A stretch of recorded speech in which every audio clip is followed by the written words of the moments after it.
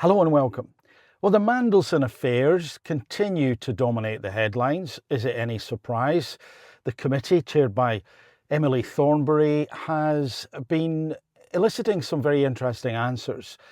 But still, I don't feel that we're any closer to the actual truth.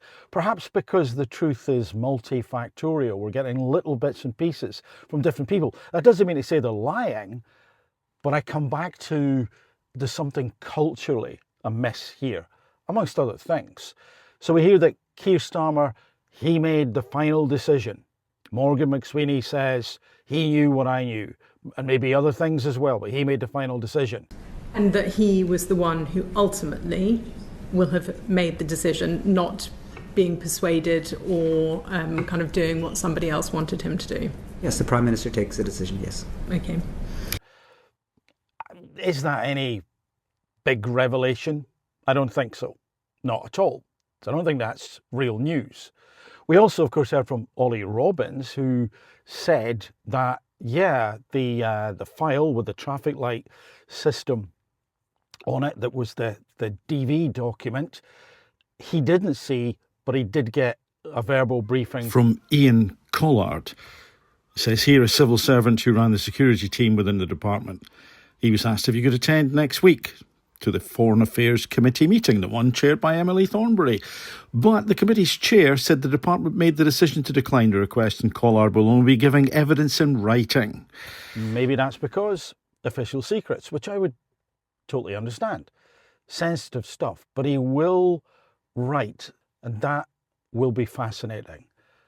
Very, very interesting indeed. And remember, he's the guy that Ollie Robbins said gave him the verbal briefing. So Ollie Robbins didn't see the DV file with the traffic light system on it. He got a briefing from Ian, and that, one presumes, swayed him to say, with some management, Mandelson, his appointment can go ahead. We've then got the situation where Morgan McSweeney, who I'm not going to get into ad hominem attacks. I don't know the guy. He may be a great guy. However, Morgan McSweeney is a skilled operator. And he read out a prepared statement about the victims, which I thought was really good. And I believe that he meant that. At least I want to believe that he meant that. But then he said, when I realised the full extent of Mandelson's crimes, if I could call them that, it pierced my soul. I think that's what he said. And of course, Morgan is looking for that to be a headline. And it was when I saw the pictures, when I saw the Bloomberg questions in September 2025, I have to say it was like a knife through my soul.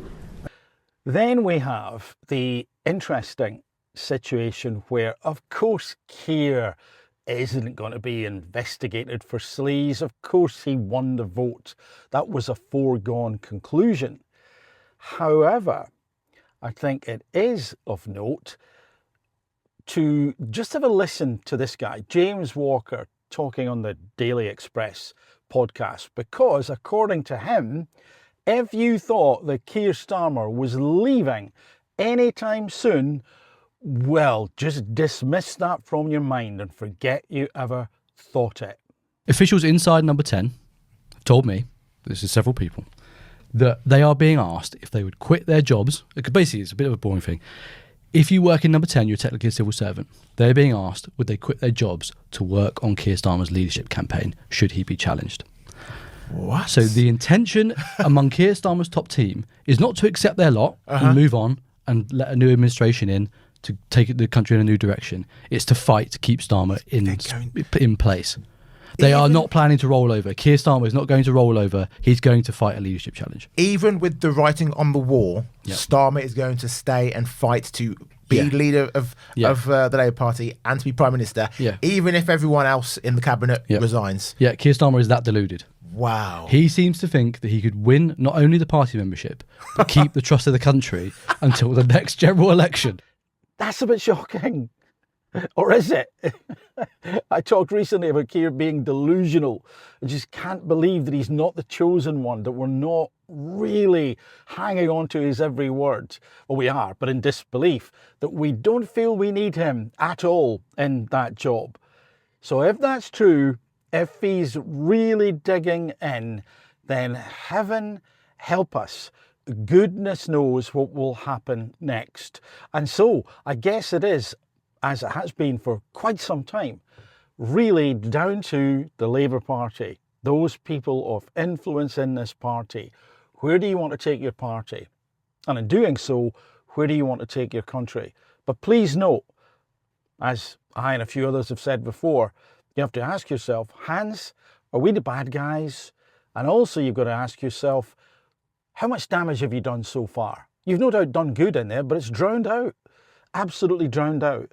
So what things could you do to make a population feel, irrespective of what your label is, Labour or whatever, irrespective of that label, what could you do to make a population feel that you understand that you're there to serve?